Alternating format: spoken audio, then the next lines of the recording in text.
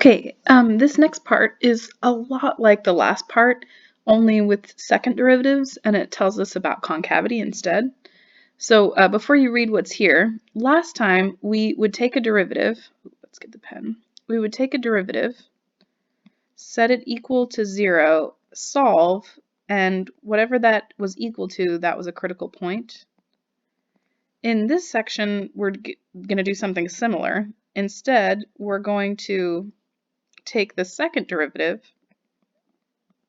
set that equal to 0, and whatever we get when we come out with it, that's not a critical point, but it's an important point for telling us about concavity. So in this, like the words here, this is like x equals a or x equals b. A and b are representing places where we took the second derivative, we set it equal to 0, and we solved, and we got a and b. And then there's also a typo here, but I'll read it to you and fix the typo at the same time.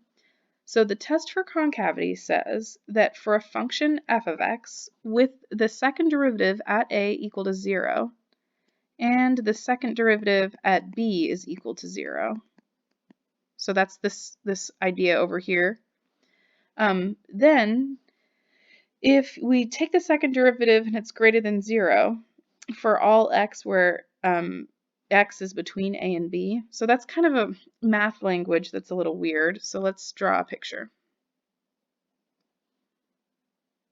So we've got 2 points, a and b, that are those important points where the second derivative is 0.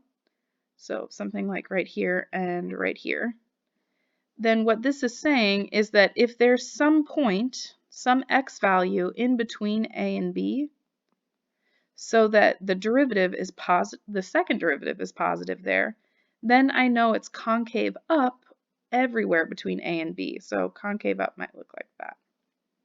So this is just like before, where if you've got 2 critical points and there's no critical points in between, then there's going to be no change in concavity, or in the previous case, there's no change in increasing or decreasing on that interval.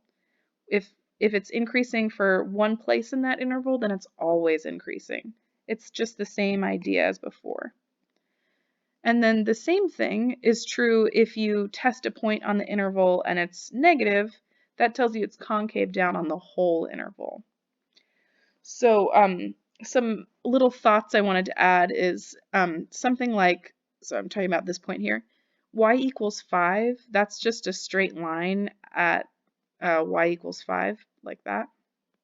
It doesn't have concavity at all, and that's because the second derivative doesn't exist. And actually that's not exactly true. It's because the second derivative is 0, right? So if you take the derivative of 5, that's 0. Take the derivative of 0, that's just still 0. So it's not concave up or concave down. And the same with a different straight line like 6x minus 2. You know, we're still getting that the second derivative is just 0. So it's neither concave up or concave down. So for number 4, so I'm going to try to put all that together.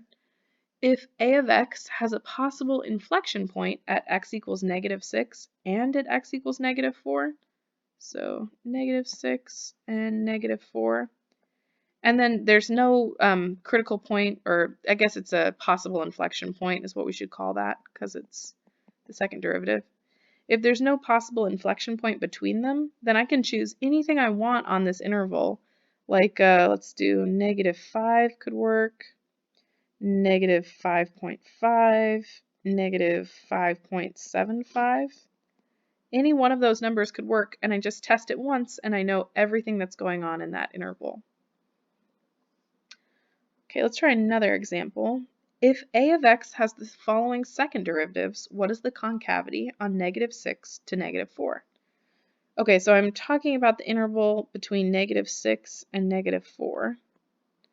-2 doesn't help me because it's not between -6 and -4.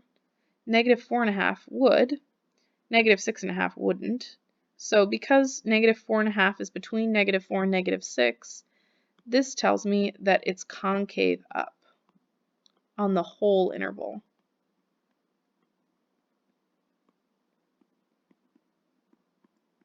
Okay, let's stop there and pause for questions.